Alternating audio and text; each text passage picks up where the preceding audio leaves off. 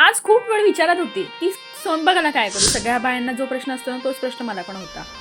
नंतर ठरवलं की पप्पांना मस्त साधी सोपी अशी बोंबीलची भाजी करते आणि मी आहे 15 दिवसांसाठी माळकरी. आता पप्पांचं झालं, माझं काय? ओ आयडिया. वाह क्या ऍक्टिंग कर रहा है. मग माझं डोकं मी चेन्नई एक्सप्रेस सारखं पळवलं. म्हटलं दिवाळीच्या फराळाचा काहीतरी उपयोग झाला पाहिजे की नाही. डब्बा उघडून बघितलं, त्यात होता मस्त चिवडा आणि गावावरनं आलेल्या लिंबूंनाही मी आज कामाला लावला. मस्त पातेलीभर चिवडा घेतला, त्यात मस्त बारीक कांदा टमॅटो कापून घेतले आणि मस्त वरून कांदा टमॅटो टाकले आणि घरात आलूभुजा शेव पण होती, तिचा पण इथं उपयोग करून घेतला आणि वरतून मस्त लाल तिखट टाकलं, कारण की मला तिखट झणझणीत खूप आवडतं. मस्त वरून मीठ टाकलं आणि घरात मॅगी मसाला होता. मॅगी तर माझ्या पोरीने संपवली होती, तिला माहिती मम्मी अशी रिकामी कामं करतेस ना, म्हणून तिने मसाला ठेवला होता माझ्यासाठी. तर शायनिंग बार मिक्स करायला गेली, पण ते काही जमलं नाही. म्हटलं आपल्या गावठी पद्धतीनेच बरं, हाताशिवाय मजा नाही. नंतर लिंबूलाही पिळलं, लिंबूशिवाय मजा नाही.